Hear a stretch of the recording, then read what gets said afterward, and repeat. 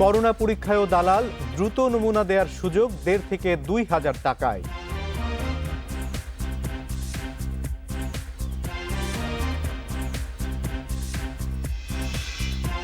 Corona শনাক্তের 86তম দিনে রোগী 50,000-এর বেশি, 40,000 চিকিৎসাধীন।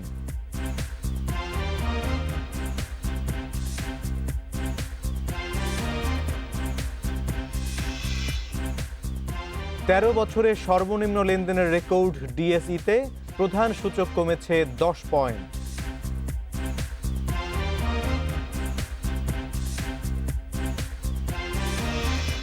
স্বাগত বিরতিহীন সংবাদ রাত 9টায় বাংলাদেশের সঙ্গে আছে আমি অনিমেষ কর।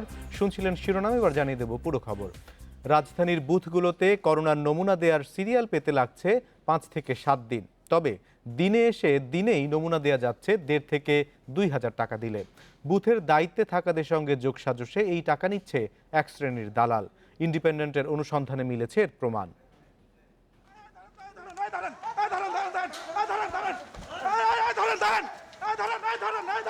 জনতার হাতে ধরা পড়া এই লোকটির নাম মিলন। সে সূচনা কমিউনিটি সেন্টারের সিকিউরিটি গার্ড। করোনার নমুনা সংগ্রহের শুরু থেকেই টাকা নিয়ে আগে সুযোগ পাইয়ে দিচ্ছে সে, যেখানে সাধারণ মানুষকে নমুনা দিতে ঘুরতে হচ্ছে অন্তত 7 দিন।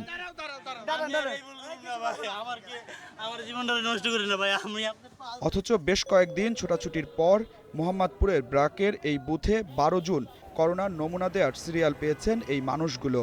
তবে দিনে এসে দিনেও দেয়া যায় নমুনা, তার জন্য খরচ 1,500 থেকে 2,000 টাকা। সত্যতা যাচাইয়ে বুধবার যোগাযোগ করা হয় মিলনের সঙ্গে। এখন আপনার আমি বললাম যে ওই আপা আরেকজনের পাঠিয়েছিল, ওনার থেকে আমি 1500 নিয়েছি, কারো থেকে 2,000 টাকা নেই। এই যে টাকাটা দিয়ে দিবেন যে আমাকে, আপনাকে সবকিছু কিন্তু গোপনে লুকিয়ে দিতে হবে। গোপনে দিবেন সবকিছু, আমি আপনাকে সিটে বসাই দিয়ে দেবো সকালবেলা, সিরিয়ালে থাকবো, ঠিক আছে? সিরিয়াল অনুযায়ী নাম রেখে নিব, ঠিক আছে? তার কথা মতোই বৃহস্পতিবার সকাল 9টায় রুগী সেজে হাজির সূচনা কমিউনিটি সেন্টারে। বাইরে যখন অপেক্ষমানদের ভিড়, তখন ইন্ডিপেন্ডেন্টের এই কর্মীকে সবার আগে বুথে নিয়ে যায় মিলন। নমুনা দেওয়া শেষে তাকে টাকা দেবার পালা।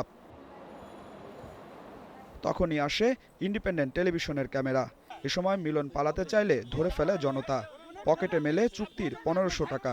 পরে মিলন জানায় এ কাজে তার সঙ্গে আছে সিরিয়ালের দায়িত্বে থাকা রাজ্জাক নামের এক ব্যক্তি। আমি তো এখানে আজ 4-5 দিন ধরে যাই না, আজকে আপনি ফোন দিয়েছেন, রিকোয়েস্ট করছেন, এই জন্য আমি গেছি ওইখানে। আমি ওইখানে গিয়ে দেখছেন সকালে তো আপনি কি ফোন দিয়েছেন, দেখে ওই খবরে গেছি, এছাড়া যাইনি। লাল গেঞ্জি পরা আছে না উনি, সব আমি কিছু না ভাই। রাজ্জাক কাকা। কেন আমার নাম বলবো? টাকা নিল হয়নি, আমার নাম বলবো কেন? এটা আপনি ওরা জিজ্ঞাসা করেন। এই বিষয় আমি জানি না, এটা ওরা জানি। তবে বুধবার যোগাযোগ করা হলে রাজ্জাক জানায় বুথের দায়িত্বে থাকা ব্যক্তিদের খুশি করিয়ে দিতে হবে। 11 তারিখ পর্যন্ত সিরিয়াল দেওয়া, যদি কেউ অ্যাবসেন্ট থাকে তখন সেই ক্ষেত্রে ওই রুগীগুলির যদি কেউ থাকে তাহলে ডাইকা আমি করাই দেই। ধরেন ওরা 4-5 জন থাকে, ওদেরকে খুশি করলে আর কিছু লাগে না। করোনার নমুনা সংগ্রহের জন্য রাজধানীতে আছে 39টি বুথ। সবখানেই পাওয়া গেছে নানা ধরনের অনিয়মের অভিযোগ। আমি কালকে রাতে 3টা থেকে এই পর্যন্ত দাঁড়ায় রয়েছি ভাই। আমি যেটা পাইছি, আমি 11 তারিখ পাইছি, তাও 14, 15, 16 3টা সিরিয়াল পাইছি ভাই। আরেকজনের নাম দিয়ে আমি করে দিব, আপনি আমাকে 1500 টাকা দিবেন। কিন্তু আমার যে নামটা, সেই নামটা ব্যবহার হয়নি, অন্যজনের নাম দিয়ে হচ্ছে সে আমাকে টেস্টটা করে দিচ্ছে। দেশে প্রতিদিনই বাড়ছে করোনা আক্রান্তের সংখ্যা। করোনায় আক্রান্ত কিনা তা জানতে প্রতিদিনই করোনা টেস্টের বুথে ভিড় জমাচ্ছে মানুষ। তবে দিনের পর দিন ঘুরেও সিরিয়াল না পাওয়ার অভিযোগ রয়েছে। করোনার এই মহামারীর মধ্যেও তৎপর একদল সুযোগ সন্ধানী। তবে স্বাস্থ্য অধিদপ্তর বলছে নজরদারি চলছে। সুনির্দিষ্ট অভিযোগের ভিত্তিতে দালাল চক্রের বিরুদ্ধে ব্যবস্থা নেওয়া হবে। ব্রাকের আছে 31টা, যে কোজির আছে 8টা, এবং এগুলো কিন্তু আমাদের নজরদারির মধ্যে আছে বুথগুলো, এবং বুথগুলো কিন্তু সরকারিভাবে কিন্তু সব জায়গায় ফ্রি সার্ভিস দেওয়া হচ্ছে। যদি কেউ এরকম অভিযোগ আসে যে এখান থেকে আসলে কেউ টাকা নিচ্ছে, তারা অবশ্যই এটা আমাদেরকে ইনফর্ম করবেন, আমরা ব্যবস্থাপনা নিব। এখন করোনার নমুনা দিতে সময় লাগছে 5 থেকে 7 দিন, আর পরীক্ষার ফল পেতে আরও 4-5 দিন। আগে আক্রান্ত না হলেও এ সময়ের মধ্যে থেকে যাচ্ছে সংক্রমণের ঝুঁকি। Adilur Rahman, independent news, Dhaka. ফুটপাত ঘেঁষে কোভিড টেস্টের বুথ স্থাপন করেছে জাপান বাংলাদেশ ফ্রেন্ডশিপ হাসপাতাল। এতে ফুটপাতে চলাচলকারী সাধারণ মানুষ না জেনেই করোনা রোগীর সংস্পর্শে আসছে, বাড়ছে সংক্রমণের ঝুঁকি। রাজধানীর জিগাতলা আবাসিক এলাকায় হাসপাতালটির আন্ডারগ্রাউন্ড পার্কিংয়ে ঢোকার মুখে স্থাপন করা হয়েছে করোনা টেস্টের বুথ। সকাল থেকেই করোনা উপসর্গ নিয়ে আসা রোগীরা এ ফুটপাতে দীর্ঘ লাইনে দাঁড়িয়ে থাকেন নমুনা পরীক্ষার জন্য। স্থানীয়রা অভিযোগ করেছেন, হাসপাতালের ভেতর পর্যাপ্ত জায়গা থাকলেও করোনা টেস্টের বুথ ফুটপাত ঘেঁষে স্থাপন করেছে হাসপাতাল কর্তৃপক্ষ।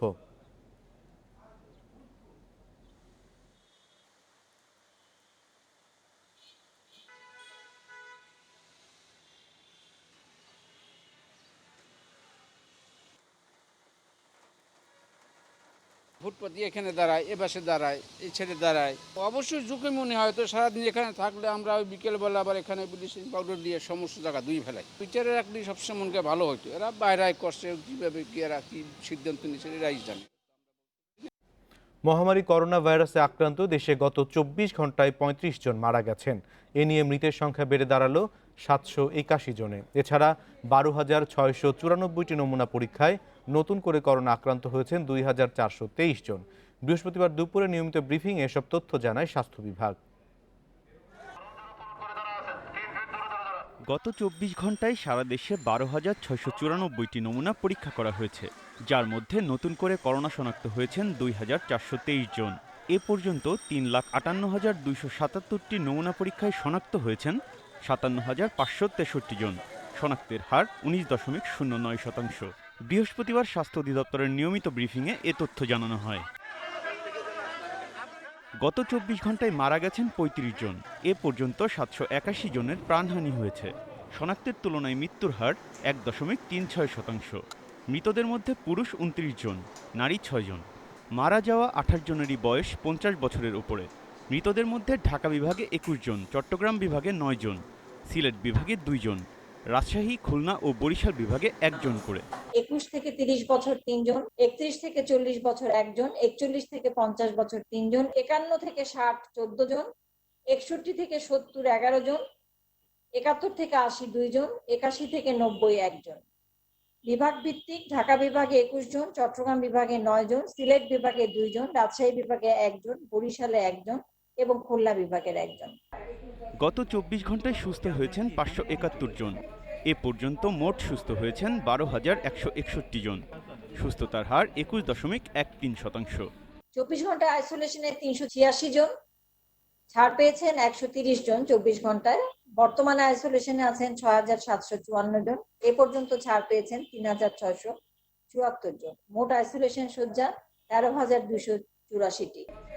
করোনা সংক্রমণ এড়াতে মাস্ক পরা সহ স্বাস্থ্যবিধি মেনে চলারও আহ্বান জানানো হয়। Biprajit Chanda, independent news, Dhaka. চট্টগ্রামে করোনা আক্রান্ত হয়ে এক চিকিৎসকের মৃত্যু হয়েছে। বেলা 11টার দিকে চট্টগ্রাম মেডিকেলের আইসিইউতে মারা যান ইমার্জেন্সি বিভাগের মেডিকেল অফিসার মহিতুল হাসান। এ নিয়ে চট্টগ্রামে করোনা আক্রান্ত হয়ে 2 চিকিৎসকের মৃত্যু হয়েছে। চট্টগ্রাম মেডিকেল কলেজ হাসপাতালের সহকারী পরিচালক আফতাবুল ইসলাম জানান, ওই মেডিকেল অফিসার করোনার লক্ষণ নিয়ে কয়েকদিন ধরে হাসপাতালে চিকিৎসাধীন ছিলেন। গতকাল তার অবস্থার অবনতি হওয়ায় আইসিইউতে রাখা হয়। করোনা সন্দেহে আগেই তার নমুনা সংগ্রহ করা হয়। তার মারা যাওয়ার পর রিপোর্টে করোনা পজিটিভ আসে। এদিকে বুধবার করোনা আক্রান্ত হয়ে মেরিন সিটি মেডিকেল কলেজ হাসপাতালের মেডিসিন বিভাগের সহযোগী অধ্যাপক এহসানুল করিম মারা যান।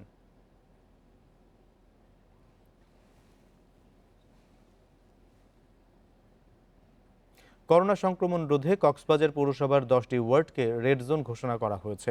2 সপ্তাহের জন্য লকডাউন করা হয়েছে ওই 10টি ওয়ার্ডকে।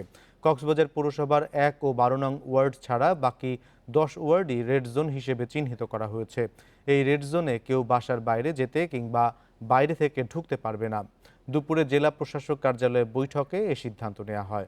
জেলা প্রশাসক জানান, করোনা সংক্রমণ ঝুঁকির তালিকায় 6 নম্বরে রয়েছে কক্সবাজার। তিনি জানান, প্রত্যেক ওয়ার্ডে কাউন্সিলরকে প্রধান করে একটি কমিটি গঠন করা হয়েছে। গঠিত কমিটিকে জেলা প্রশাসনের নির্বাহী ম্যাজিস্ট্রেট, পুলিশ, সেনাবাহিনী সহযোগিতা করবে।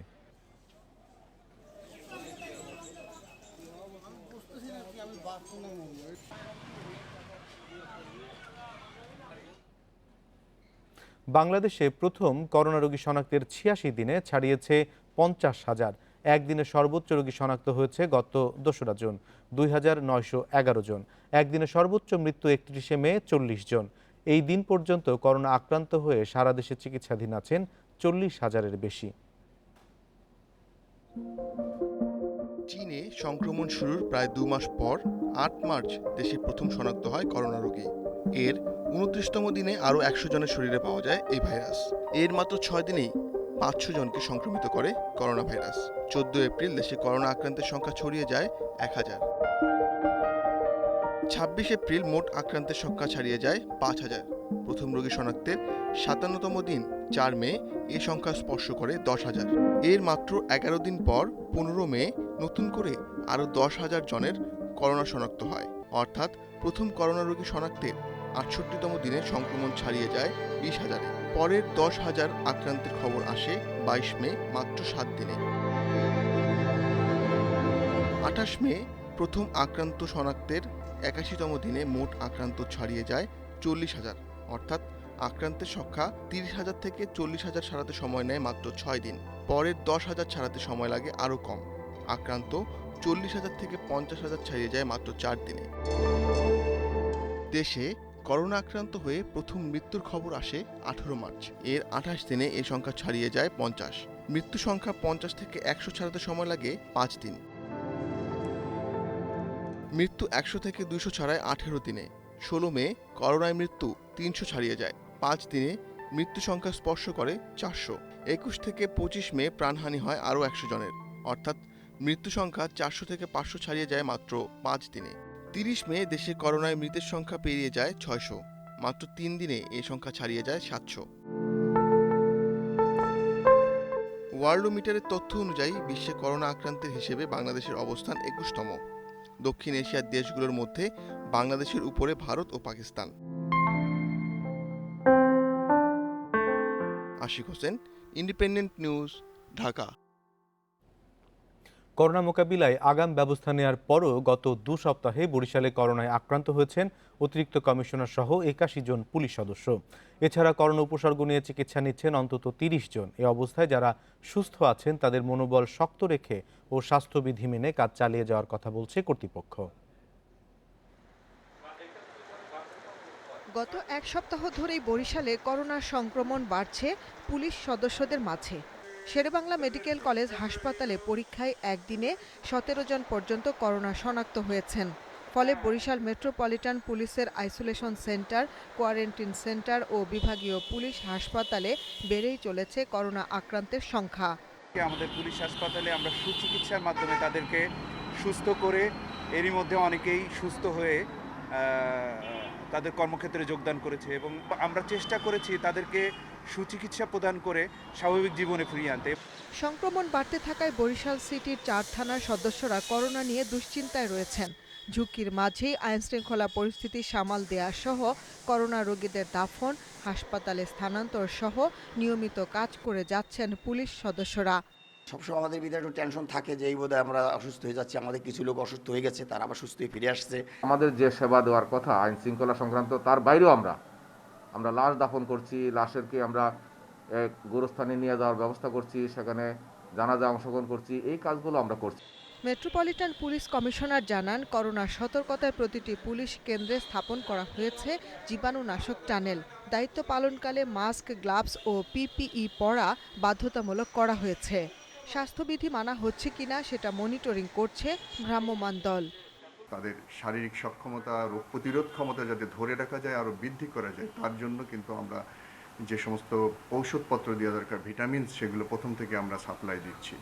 বরিশাল মহানগরীতে মোট করোনা আক্রান্তের প্রায় 30% পুলিশ সদস্য। তাই পুলিশ সদস্যরা বাড়ি কিংবা ট্রেনিং থেকে ফেরার পর বাধ্যতামূলক করা হয়েছে 14 দিনের quarantine. Independent news desk. Corona আতঙ্কের মধ্যে জীবাণুনাশক টানেল নিয়ে রমরমা ব্যবসা শুরু হয়েছে। বিশেষজ্ঞ চিকিৎসকরা বলছেন, এগুলো ব্যবহারে জীবাণুমুক্ত তো হয়ই না, বরং স্বাস্থ্যের জন্য ক্ষতিকর। শিগগিরই এসব ব্যবহার বন্ধের তাগিদ দিয়েছেন তারা। এ বিষয়ে পদক্ষেপ নিতে এরই মধ্যে স্বাস্থ্য মন্ত্রণালয়ের চিঠি দিয়েছে অধিদপ্তর। পুরানা পল্টনে ফুটপাতে ব্যবসা করেন মিজানুর রহমান। বাইতুল মোকাররমে নামাজ পড়তে গিয়ে জীবাণুনাশক টানেলে ঢোকেন কয়েকবার। জীবাণুমুক্ত হয়ে স্বস্তি প্রকাশ করেন তিনি। আমি হাত নিয়ে এমনি দিছি যে ঘুরে ঘুরে হাতে কোনো জীবাণু থাকে না, শরীরে কোনো জীবাণু থাকে না, মাথা গায়ে পানি পড়ার কারণে এই জন্য আমরা আর বাসায় গিয়ে হাত দিতে হয় না।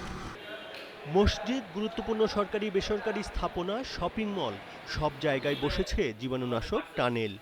কিন্তু এতে যে রাসায়নিক স্প্রে করা হচ্ছে তা কি নিরাপদ?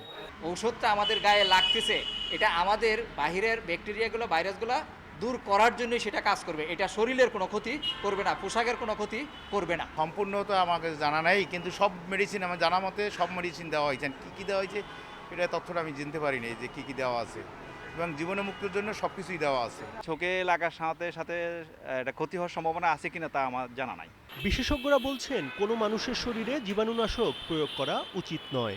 এছাড়া এতে করোনা সংক্রমণের আশঙ্কাও কমে না, বরং মানুষের চোখ ও ত্বক ক্ষতিগ্রস্ত হতে পারে।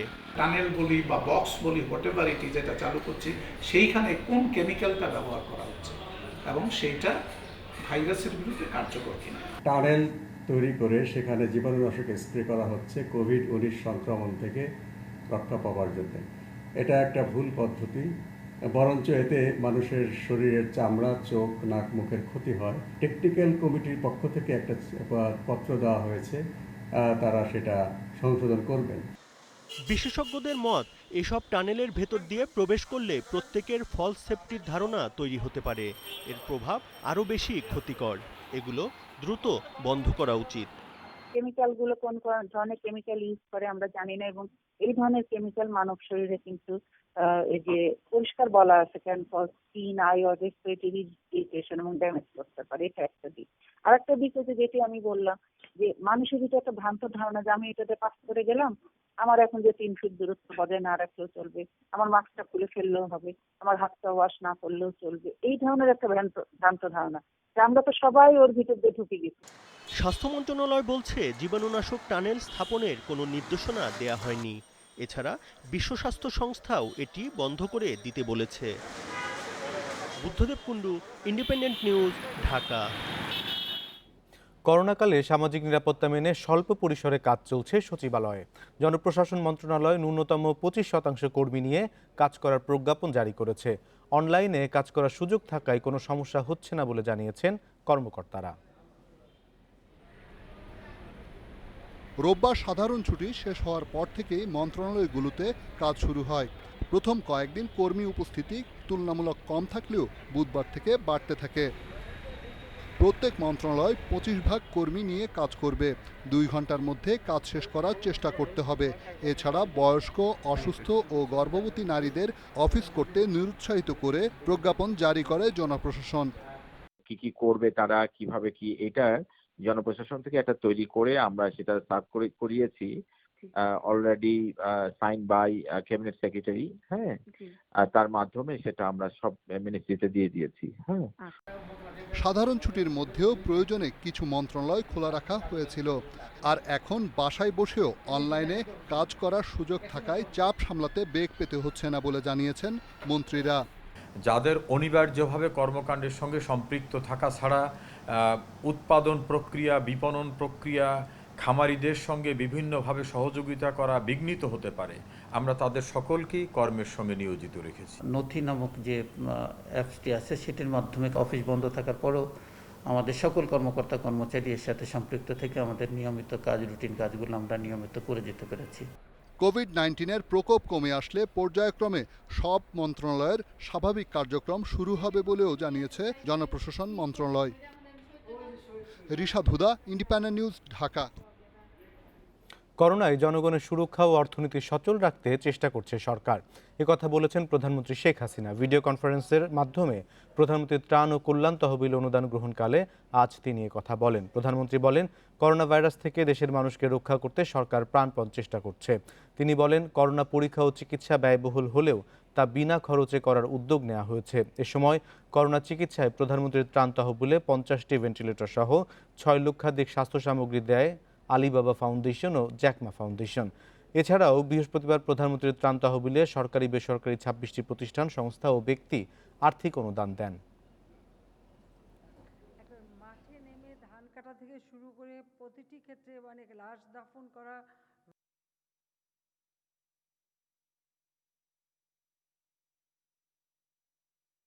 আমরা বাংলাদেশে প্রাণপণ চেষ্টা করে যাচ্ছি যে এই করোনা ভাইরাস থেকে আমাদের দেশের মানুষকে রক্ষা করতে। তবে যেহেতু অর্থনীতি একেবারে স্থবির অবস্থায় রয়েছে, আমরা কিছু কিছু ক্ষেত্রে এখন উন্মুক্ত করছি, কারণ মানুষকে আমাদের তো বাঁচাতে হবেই।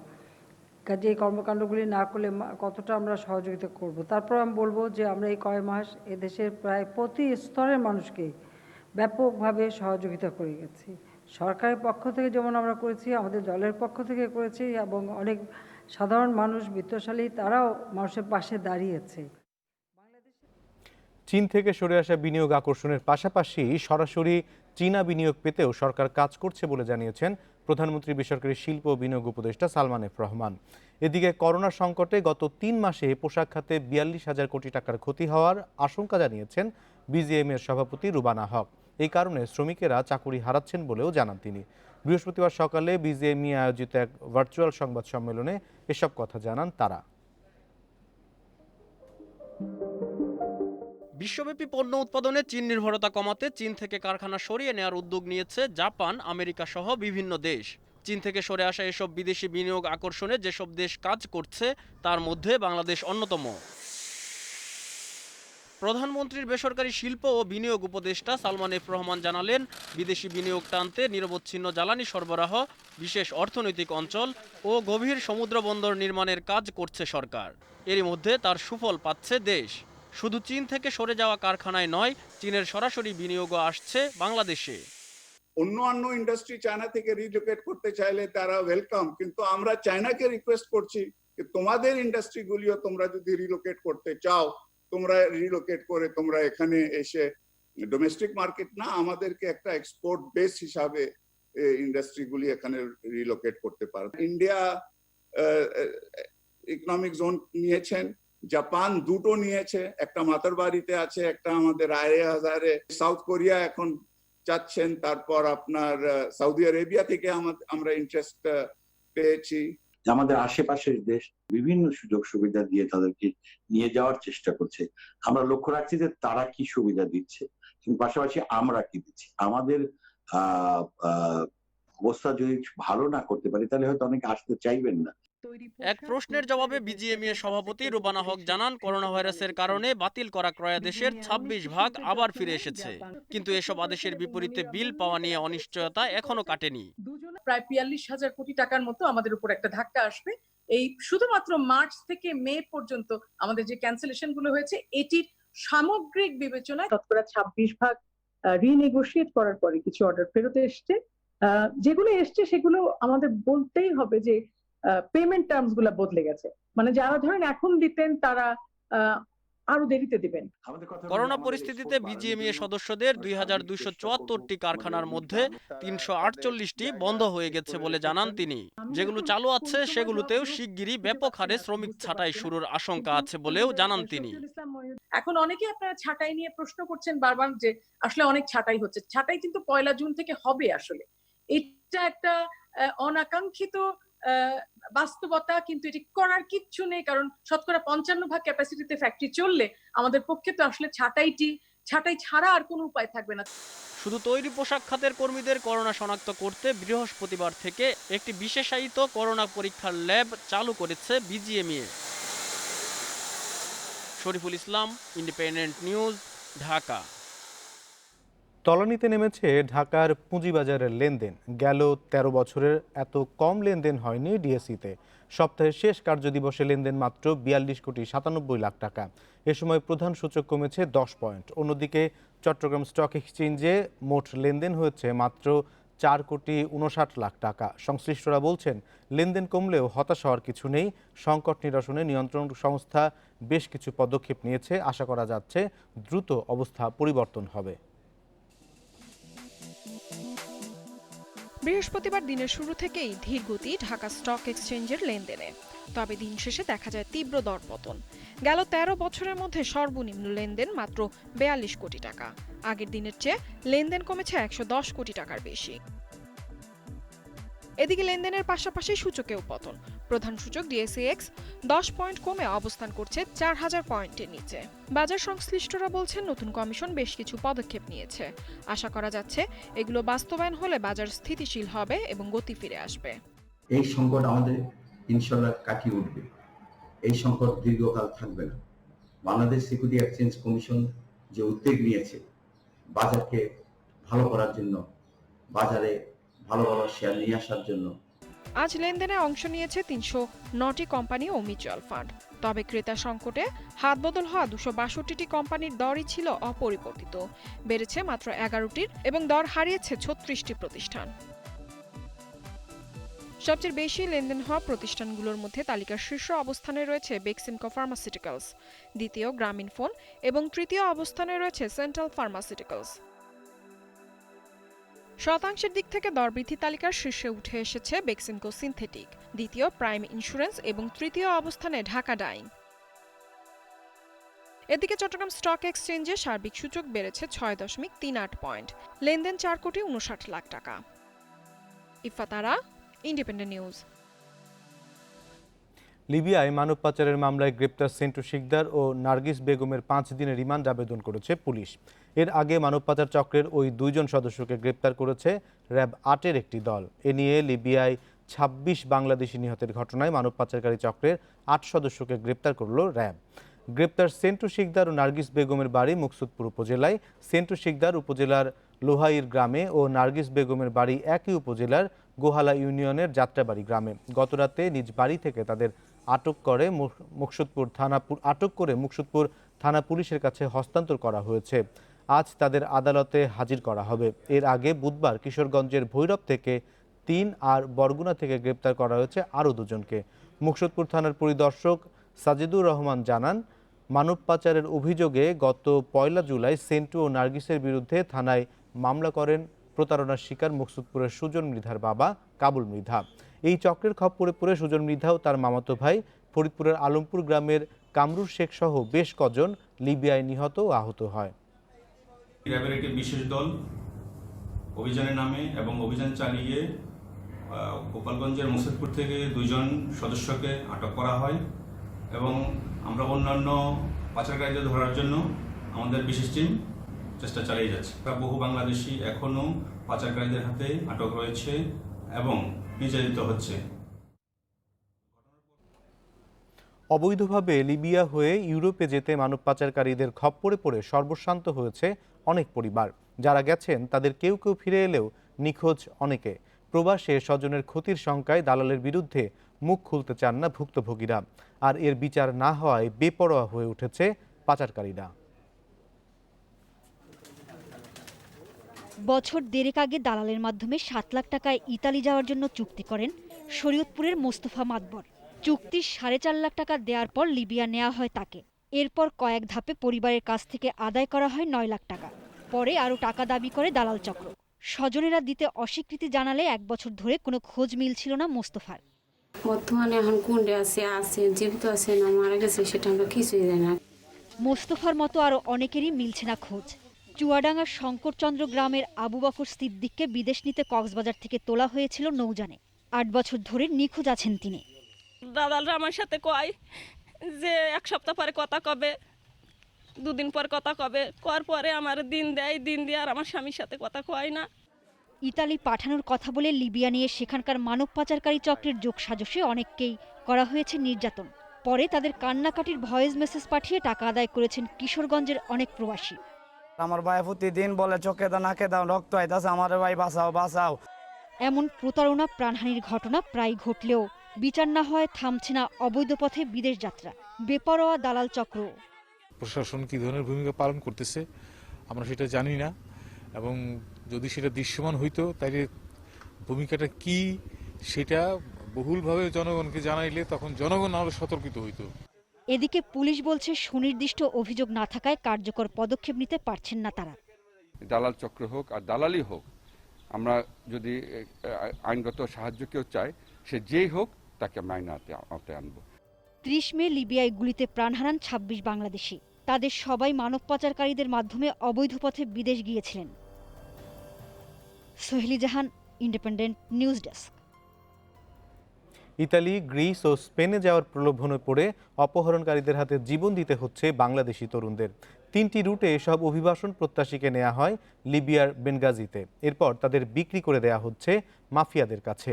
বিশ্ব অভিবাসন সংস্থা IOM বলছে, মানব অপহরণে বিশ্বের সবচেয়ে বড় করিডোর এখন লিবিয়া সীমান্ত। 1 দশক ধরে অপহরণকারীদের বড় টার্গেট বাংলাদেশের তরুণেরা, বলছেন অভিবাসন বিশেষজ্ঞরা।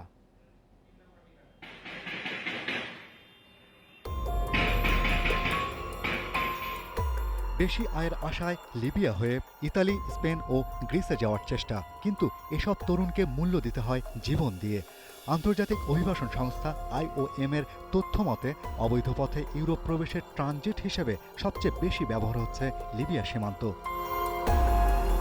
বাংলাদেশ থেকে ট্যুরিস্ট ভিসায় দুবাই, এরপর বেনগাজির বেনিনা বিমানবন্দর দিয়ে লিবিয়ায় প্রবেশ। এতে মূলত Kolkata, Sri Lanka, Dubai, Jordan, Istanbul হয়ে লিবিয়ার ত্রিপোলি প্রবেশের 3টি রুট ব্যবহার করা হচ্ছে। এরপর ভূমধ্য সাগর পাড়ি দিয়ে ইউরোপে যাত্রা। লিবিয়ায় বর্তমানে জাতিসংঘ সমর্থিত জেএনএ সরকার, জেনারেল হাফতারের পূর্বাঞ্চল ভিত্তিক বাহিনী ও মরুভূমি কেন্দ্রিক মিলিশিয়া বাহিনীর শাসন চলছে। অভিবাসন বিশেষজ্ঞরা বলছেন, ত্রিমুখী শাসন ও গৃহযুদ্ধের কারণে পরিস্থিতি ঢিলেঢালা। ত্রিপোলি পৌঁছানোর আগেই স্থানীয় মিলিশিয়া ও মাফিয়াদের হাতে অপহৃত হচ্ছেন অভিবাসন প্রত্যাশীরা।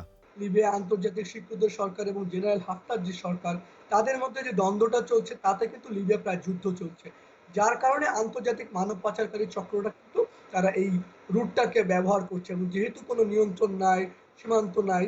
লিবিয়াগামীদের ঢাকা পার করার সময় বাংলাদেশের একটি চক্রের অধীনে রাখা হয়। এরপর দুবাই বা ইস্তাম্বুলে অথবা সুদানে দ্বিতীয়, লিবিয়ায় তৃতীয় চক্র এবং নৌকায় চতুর্থ ও সর্বশেষ ইউরোপের 5ম চক্রের হাতে পড়েন বাংলাদেশিরা।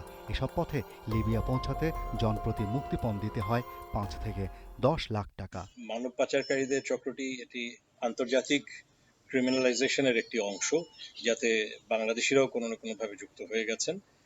হয়তো কোনো এক সময় তারা নিজেরাই অভিবাসী ছিলেন এবং তারপরে তারা এই কাজে প্রলুব্ধ হয়ে যান। প্রচুর টাকা পয়সার লেনদেন হয়। পাচারের সহায়তায় বড় ভূমিকা রাখছে দেশের বেশ কিছু দালাল। তারা মাদারীপুর, ফরিদপুর, কুষ্টিয়া, সিরাজগঞ্জ, ফেঞ্চুগঞ্জে বেশি সক্রিয় বলে জানিয়েছে র্যাব। গ্রাম থেকে এই বিভিন্ন ভাইদেরকে সংগ্রহ করে বিভিন্ন প্রলোভন দেখিয়ে নিয়ে ঢাকা শহরে আনার পর এখান থেকে বিভিন্নভাবে মধ্যপ্রাচ্যে পাঠিয়ে সেখান থেকে আবার ইউরোপে পাঠানোর যে প্রলোভন, এই পুরো সার্কিটটাকে আমরা আইডেন্টিফাই করতে সক্ষম হয়েছি। IOM বলছে, ইতালিতে যেতে ইচ্ছুক প্রতি 10 জনের 6 জনই কোস্টগার্ডের হাতে আটক হচ্ছেন। 1 জন পানিতে ডুবে মরছেন, বাকি 3 জন জীবন বাঁচিয়ে ইতালিতে পৌঁছাতে পারছেন। Shahriar Anirban, independent news, Dhaka. এবার জানাবো খেলার খবর। শুরুতেই শিরোনাম। ক্রিকেটারদের ব্যক্তিগত অনুশীলনের আবেদন নাকচ, ঝুঁকি নিতে চাইছেন না বিসিবি।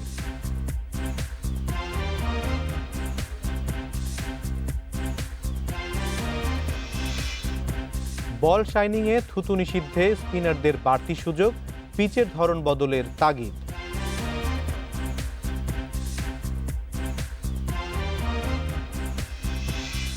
মাঠে ফিরতে তর সইছে না ক্রিকেটারদের।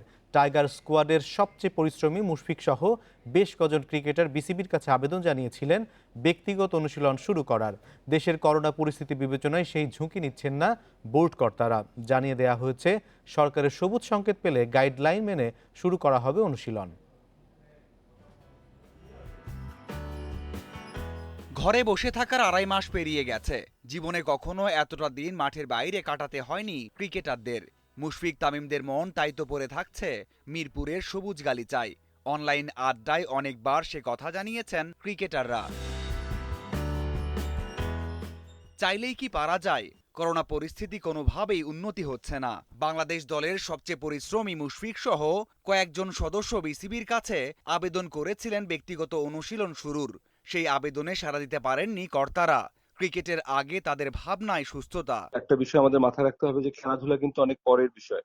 আগে মানুষের জীবন এবং আগে মানুষের মৌলিক চাহিদা পূরণের জন্য যে সমস্ত বিষয়গুলো করণীয় সেগুলি করা হচ্ছে। সেই লাইনের আলোকে অন্যান্য বোর্ডের সাথে যোগাযোগ রেখে আমরা আমাদের হোমওয়ার্কটা করছি মাত্র। সো আমরা আমাদের প্রিপারেশন নিয়ে রাখছি, যখন পরিস্থিতি হবে তখন খেলাটাকে আমরা মাঠে ফিরিয়ে নিয়ে আসবো। বিসিবি চাইলেই কিছু করতে পারবে না। সরকারের নির্দেশনা মতোই বন্ধ হয়েছে সব কার্যক্রম। একইভাবে কোনো কিছু শুরু করতে হলে দরকার সরকারের সবুজ সংকেত। সরকারের সাথে আমাদের যোগাযোগ আছে। যখনই স্পোর্টস ফিরিয়ে আনার ব্যাপারে সরকারের নির্ধারিত কোনো পলিসি আছে বা থাকবে, সেভাবেই আমাদের কার্যক্রম পরিচালিত হবে। এশিয়াতে শ্রীলঙ্কা সবার আগে শুরু করেছে অনুশীলন, তা দেখে অনেকেই আশাবাদী হচ্ছেন। তবে বিসিবি বলছে লঙ্কানদের দেখে নয়, ঘরোয়া ক্রিকেট শুরু করা হবে দেশের পরিস্থিতি বিবেচনা করে। Mazharul Islam, independent news. Cricket ball শাইনিংয়ের জন্য লালার মতো কার্যকর নয় ঘামের ব্যবহার, এমন মত শ্রীলঙ্কার ক্রিকেটারদের। এ অবস্থায় আইসিসি ক্রিকেট কমিটির চেয়ারম্যান অনিল কুম্বলে টেস্ট ক্রিকেটে স্পিনার বাড়ানোর পরামর্শ দিয়েছেন। সেই সাথে পিচের ধরন বদলেরও পরামর্শ তার। এদিকে লকডাউনের পর টি-20 কার্নিভাল দিয়ে অস্ট্রেলিয়ায় ফিরছে ক্রিকেট। ক্রিকেট বলে থুথু বা লালার ব্যবহারে বাড়বে করোনা ঝুঁকি, আর তাই নিষেধাজ্ঞা আরোপ করা হয়েছে দীর্ঘদিনের এই রীতিতে। স্বাস্থ্য ঝুঁকি এড়াতে বল সাইনিং এর জন্য লালার পরিবর্তে ঘাম ব্যবহারের পরামর্শ ক্রিকেট অভিভাবকদের। তবে লালার মতো কার্যকর নয় ঘাম, এমনটাই অভিমত শ্রীলঙ্কান ক্রিকেটারদের। সোমবার থেকে 13 জন ক্রিকেটার নিয়ে রেসিডেন্সিয়াল ক্যাম্প শুরু করছে শ্রীলঙ্কা। প্রথম দিনের ক্যাম্প শেষে হেড কোচ মিকি আর্থারকে এমনটা জানায় ক্যাম্পের পেসাররা। তাদের মতে ঘাম ব্যবহারে বল ভারী হয়ে যায় এবং শাইনিংয়ে লালার মতো কার্যকর নয়। তবে লালার ব্যবহার সমর্থন করেন না মিকি আর্থার। এ বিষয়ে সরব হয়েছেন আইসিসি ক্রিকেট কমিটির চেয়ারম্যান অনিল কুম্বলেও। লালা ব্যবহার না করে বিকল্প পন্থা অবলম্বনের পরামর্শ তার। ইংল্যান্ড অস্ট্রেলিয়ার মতো দেশে যেখানে টেস্ট ক্রিকেট পেস নির্ভর, সেখানে স্পিনার বাড়ানোর পরামর্শ তার। ঘাসের পিচ বদলে রুক্ষতা আনতে বলছেন কুম্বলে। ব্যাট বলের খেলায় ভারসাম্য আনতে এটাই শ্রেয় মনে করেন তিনি। লকডাউনের প্রায় 3 মাস পর খেলায় ফিরছে ক্রিকেটাররা। এমন অবস্থায় বাড়তি সতর্কতা অবলম্বন করতে বলছেন কুম্বলে। বিশেষ করে বোলারদের ইনজুরি ঝুঁকি বেশি। পুরো দলকে এমনভাবে ট্রেনিং করাতে হবে যেন লম্বা ইনজুরি থেকে ফিরেছে। ধীরে ধীরে স্বাভাবিক ক্রিকেটের সাথে মানিয়ে নেয়ার পরামর্শ কুম্বলের। আন্তর্জাতিক ক্রিকেট শুরুর আগে যত বেশি সম্ভব প্রীতি ম্যাচ খেলার পরামর্শ তার। এদিকে ক্রিকেট ফিরছে অস্ট্রেলিয়ায়। আগামী 6 জুন ডারউইনে শুরু হচ্ছে টি-20 কার্নিভাল। করোনা ভাইরাসের কারণে স্থগিত হওয়ার পর এই টুর্নামেন্ট দিয়েই ক্রিকেটের প্রত্যাবর্তন হচ্ছে অস্ট্রেলিয়ায়। টপ এন্ড টি-20 নামের এই টুর্নামেন্টে 8টি দল অংশ নেবে। এর মাঝে 7টি দল ডারউইন প্রিমিয়ার গ্রেডের, অন্য দলটি আমন্ত্রণমূলক। নর্দার্ন টেরিটরিতে 21 মের পর থেকে কেউ করোনা আক্রান্ত না হওয়ায় এই সিদ্ধান্ত। 500 দর্শক গ্রাউন্ডে উপস্থিত থেকে এই টুর্নামেন্ট উপভোগ করতে পারবে।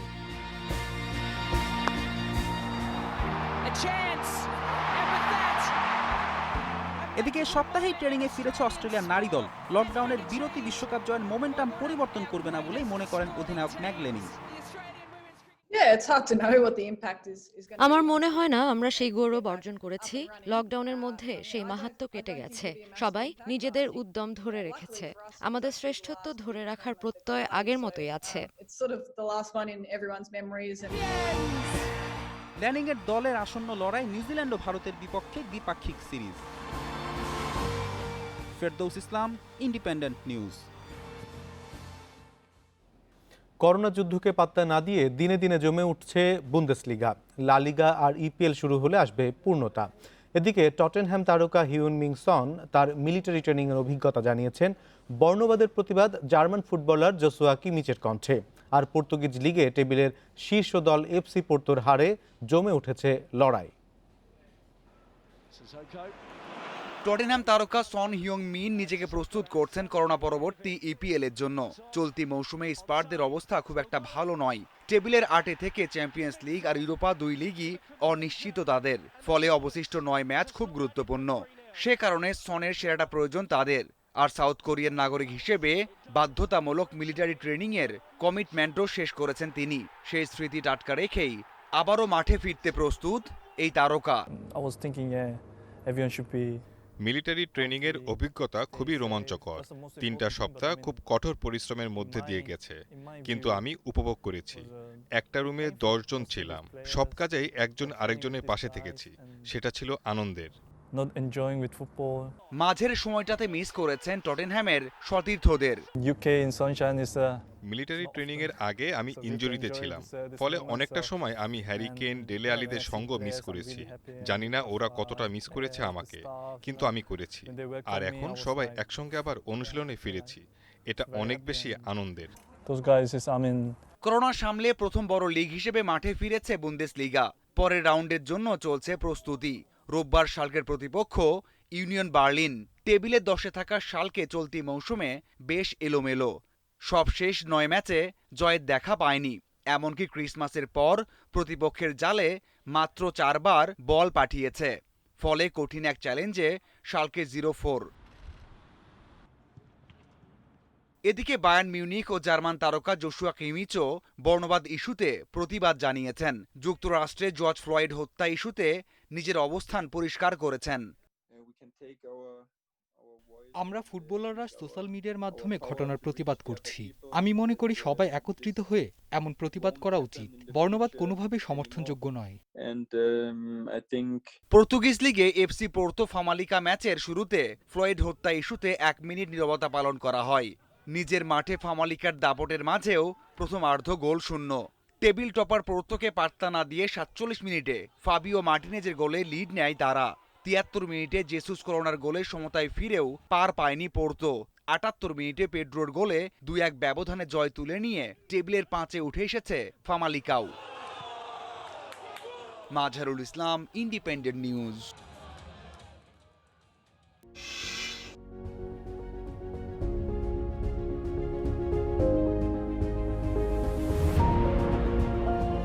জর্জ ফ্লয়েড হত্যার পরদিনই বরখাস্ত হন 4 পুলিশ কর্মকর্তা। মূল অভিযুক্ত ডেরেক শ্যাবিনের বিরুদ্ধে আনা হয় হত্যার অভিযোগ। তারপরও থামানো যায়নি বর্ণবাদ বিরোধী সমাবেশ, সহিংসতা। অবশেষে বিক্ষোভকারীদের দাবি মানতে বাধ্য হল প্রশাসন। শ্যাবিনের বিরুদ্ধে 2nd ডিগ্রি আর অন্য 3 জনের বিরুদ্ধে হত্যায় সহযোগিতার অভিযোগ।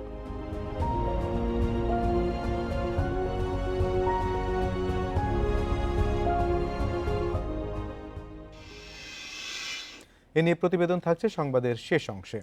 যাচ্ছি পরের খবরে। সারা দেশেই হচ্ছে বৃষ্টিপাত। আগামী 24 ঘন্টায় দেশের বিভিন্ন জায়গায় ভারী থেকে অতি ভারী বৃষ্টির পূর্বাভাস আবহাওয়া অধিদপ্তরের। এদিকে বন্যা পূর্বাভাস ও সতর্কীকরণ কেন্দ্র জানিয়েছে বৃদ্ধি পাচ্ছে নদ নদীর পানি, যা আগামী 48 ঘন্টা পর্যন্ত অব্যাহত থাকতে পারে। এছাড়া বর্ষার শুরুতেই বন্যার পূর্বাভাস দিচ্ছে প্রতিষ্ঠানটি। বিভিন্ন জায়গায় হালকা থেকে মাঝারি বৃষ্টি ও বজ্রসহ বৃষ্টি হয়েছে। কোথাও কোথাও দেখা গেছে ভারী থেকে অতি ভারী বর্ষণও। এদিন সর্বোচ্চ 88 মিলিমিটার বৃষ্টিপাত রেকর্ড হয়েছে শ্রীমঙ্গলে। আবহাওয়া অধিদপ্তর জানিয়েছে পশ্চিমা বাতাসের সঙ্গে পূবালি বাতাসের সংমিশ্রণের ফলেই হচ্ছে বৃষ্টি। এই অবস্থা থাকবে শুক্রবারও। দেশের বিভিন্ন জায়গায় ভারী থেকে অতি ভারী বৃষ্টির পূর্বাভাস আবহাওয়া অধিদপ্তরের। রোববার থেকে আবহাওয়া অনেকটাই স্বাভাবিক হবে, তবে থেমে থেমে চলবে বৃষ্টি। জুনের মাঝামাঝি বর্ষা এলে বৃষ্টি আরও বাড়বে বলে জানিয়েছে আবহাওয়া অফিস।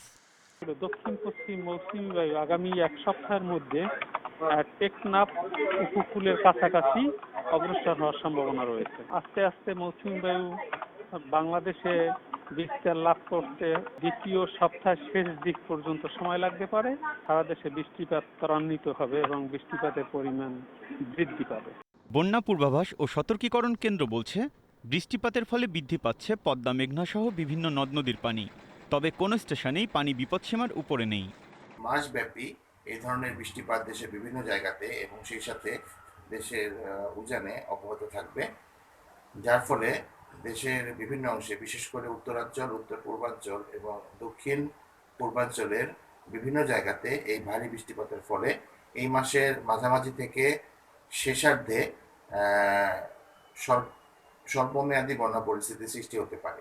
93টি সমতল স্টেশন পর্যবেক্ষণ করছে বন্যা পূর্বাভাস ও সতর্কীকরণ কেন্দ্র।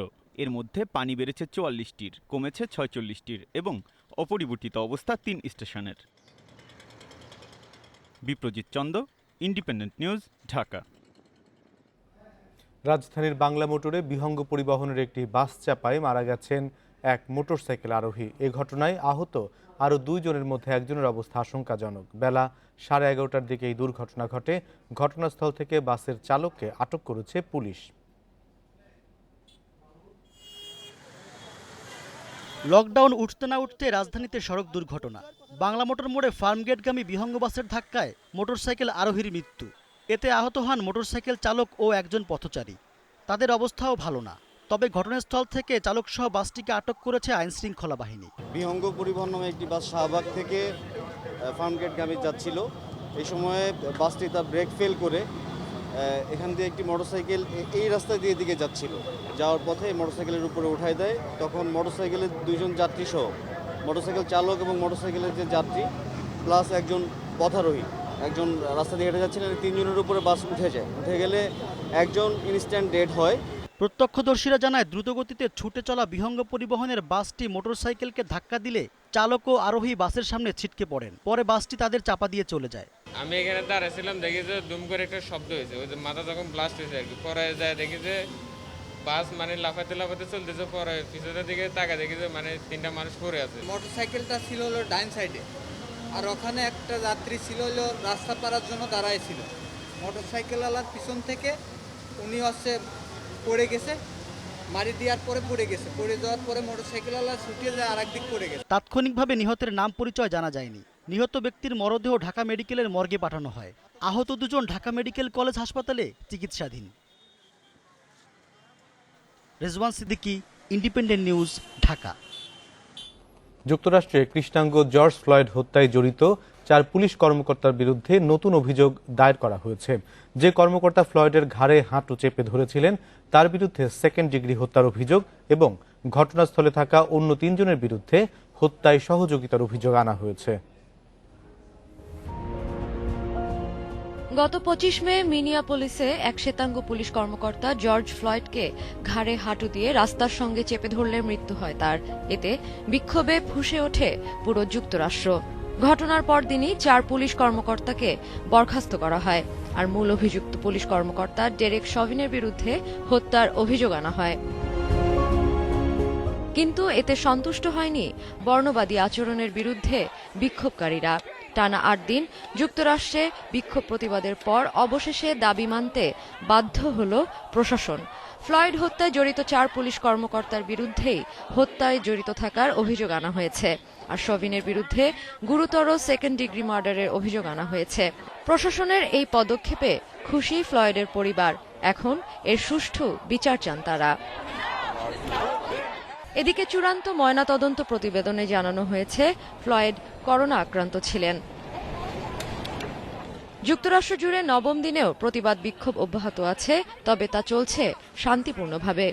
নিউ ইয়র্কে কারফিউর মধ্যে রাস্তায় নামায় বেশ কয়েকজন বিক্ষোভকারীকে গ্রেপ্তার করেছে পুলিশ।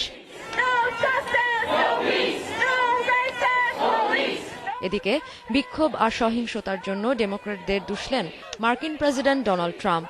সেই সাথে সেনা মোতায়েন নিয়ে আগের সুর পাল্টালেন ট্রাম্প। সহিংসতা রোধে শহরগুলোতে সেনা পাঠানোর আর দরকার নেই বলে জানিয়েছেন তিনি। Well, it was a terrible thing. It should never have happened. Something snapped, I think, with the এই মুহূর্তে আমি মনে করি দেশে আইন শৃঙ্খলা প্রয়োজন, কারণ অনেকে ফ্লয়েড হত্যার সুযোগ নিয়ে খারাপ কিছু করার চেষ্টা করছে। যদিও সব নিয়ন্ত্রণে আছে, কিন্তু অনেক ক্ষেত্রেই ডেমোক্রেটরা আছেন।